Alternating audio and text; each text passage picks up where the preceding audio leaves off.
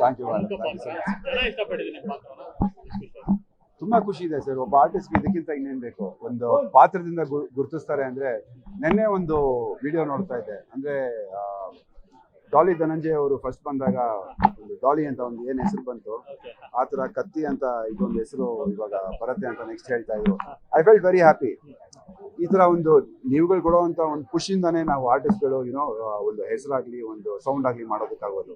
I am very thankful to the entire media team, because ನೀವುಗಳು ನಮ್ಮನ್ನ ಜನರಿಗೂ ತಲುಪಿಸ್ತಾ ಇದ್ದೀರಾ ಅಂಡ್ ನಮ್ಮ ಪಾತ್ರನ ತಲುಪಿಸ್ತಾ ಇದ್ದೀರಾ. All credit goes to you guys.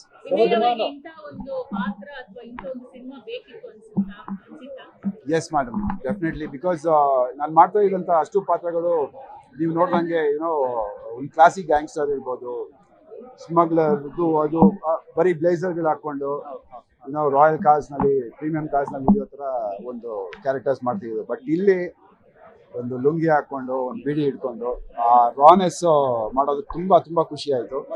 And I enjoy the character completely.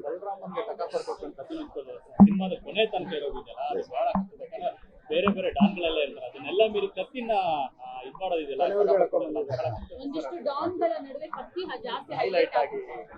Thank you madam, thank you. Because ಈ story design ಆಗಿದೆ ಆ ರೀತಿ.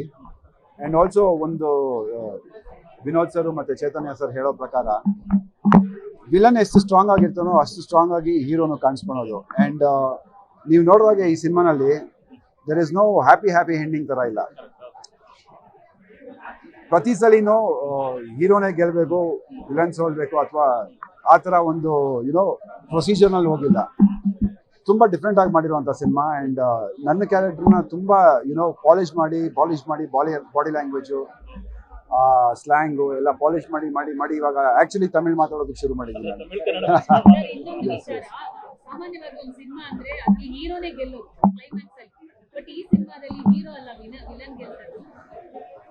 ಅದು ನಾನು ಡೈರೆಕ್ಟರ್ ಥ್ಯಾಂಕ್ಸ್ ಹೇಳಬೇಕು ಮೇಡಮ್. ಆ್ಯಂಡ್ ಎಸ್, ಆ ಒಂದು ಕ್ಯಾರೆಕ್ಟರ್ನ ಓಪನ್ ಬಿಟ್ಟಿರೋದು ನಂಗೆ ತುಂಬ ಖುಷಿ ಆಯಿತು. ಆ್ಯಂಡ್ ನೀವು ನೋಡಿದಂಗೆ ಕ್ಲೈಮ್ಯಾಕ್ಸ್ವರೆಗೂ ಆ ಕತ್ತಿ ಅನ್ನೋ ಪಾತ್ರ ಎಲ್ಲಿ ಬಂದ್ರೂ ಒಂದು ಎಫೆಕ್ಟ್ ಇದೆ.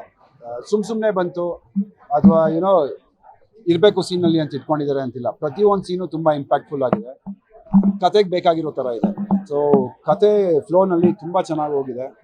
ವಿನೋದ್ ಸರ್ ಅವರು ಆ್ಯಕ್ಟಿಂಗ್ ಇರ್ಬೋದು, ಆ್ಯಂಡ್ ಎಲ್ಲ ಪ್ರತಿಯೊಂದು ಪಾತ್ರಗಳನ್ನು ಅಷ್ಟೇ ಸ್ಟ್ರಾಂಗ್ ಆಗಿ ಮಾಡಿದ್ದಾರೆ. Every character was there in this movie, ಅಷ್ಟೇ ರೆಕಗ್ನಿಷನ್ ಇದೆ. So I am really happy to be a part of this movie. Long ಬಿಟ್ಟು ಇವಾಗ ಕತ್ತಿ ಆಗಿದೆ ಸರ್.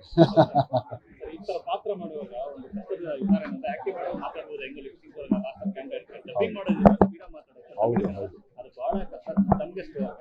ಇಲ್ಲ ಸರ್, ಬಿಕಾಸ್ ನೋಡಿ, ಡಬ್ಬಿಂಗ್ ಮಾಡೋವಾಗಲೂ ಕೂಡ ವಿನೋದ್ ಸರ್ ಅಲ್ಲಿ ಡಬ್ಬಿಂಗ್ ಸ್ಟುಡಿಯೋನಲ್ಲಿ ವೆಯ್ಟ್ ಮಾಡ್ಕೊಂಡಿದ್ದು ಆ ಲ್ಯಾಂಗ್ವೇಜ್ನ ಕರೆಕ್ಷನ್ಸ್ ಮಾಡೋದಾಗಲಿ, ಸ್ಲ್ಯಾಂಗ್ ಮಾತಾಡುವಾಗ ತಮಿಳು ಇವಾಗ ಪ್ರೆಸೆಂಟ್ ತಮಿಳು ಬಂದ್ಬಿಡ್ತಿತ್ತು. ಬಟ್ 80s ತಮಿಳೇ ಒಂದು ಸ್ವಲ್ಪ ಡಿಫ್ರೆಂಟ್ ಆಗಿದೆ.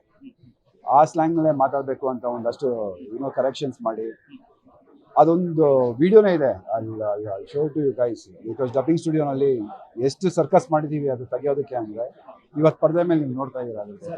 ಈ ಹಿಂದೆ ದರ್ಶನ್ ಅವರ ಡೆವಿಲ್ ಸಿನಿಮಾದಲ್ಲಿ ವಿಲನ್ ಶೇಡಲ್ಲಿ ಕಾಣಿಸ್ಕೊಂಡಿದ್ರು, ಈಗ ವಿನೋದ್ ಪ್ರಭಾಕರ್ ಸರ್ ಜೊತೆ ವಿಲನ್ ಶೇಡ್ ಎಷ್ಟು ತುಂಬ ಖುಷಿ ಇದೆ sir. This is growth. Sir ಡೆವಿಲ್ನಲ್ಲಿ ಇಟ್ ವಾಸ್ ಅ ಪೊಲಿಟಿಷಿಯನ್, ಅಂದರೆ ನಾಟ್ ಅ ಹಂಬಲ್ ಪೊಲಿಟಿಷಿಯನ್. ಒಂದು ಏನಿಗೆ ಹೇಳಿ ನೆಗೆಟಿವ್ ಪೊಲಿಟಿಷಿಯನ್ ಒಂದು ಕ್ಯಾರೆಕ್ಟರ್ ಪ್ಲೇ ಮಾಡಿದ್ದೆ. ಆ್ಯಂಡ್ ಇದರಲ್ಲಿ ಇಟ್ ಇಸ್ ಕಂಪ್ಲೀಟ್ಲಿ ಲೋಕಲ್. ಅಂದರೆ ನಂಗೆ ಆ ಫ್ರೀಡಮ್ ಇತ್ತು, ಏನು ಬೇಕಾದ್ರೂ ಮಾಡ್ಬೋದು, ಹೇಗೆ ಬೇಕಾದ್ರೂ ಮಾಡ್ಬೋದು ಅನ್ನೋ ಫ್ರೀಡಮ್. ಅದು ಈ ಪಾತ್ರಕ್ಕೆ ತುಂಬ ಚೆನ್ನಾಗಿ ಒಂದು ಡಿಸೈನ್ ಮಾಡಿದೆ. ಬಲರಾಮನ ದಿನಗಳು இதே தியேட்டரில் ரிலீஸ் ஆயிருக்கு. எல்லாம் வந்துட்டு தியேட்டரில் பாருங்க, ரொம்ப நல்லா இருக்கு. பார்த்த உடனே என்னை பற்றி கொஞ்சம் பேசுங்க, என்ன புரிஞ்சுதா? ஓட்டா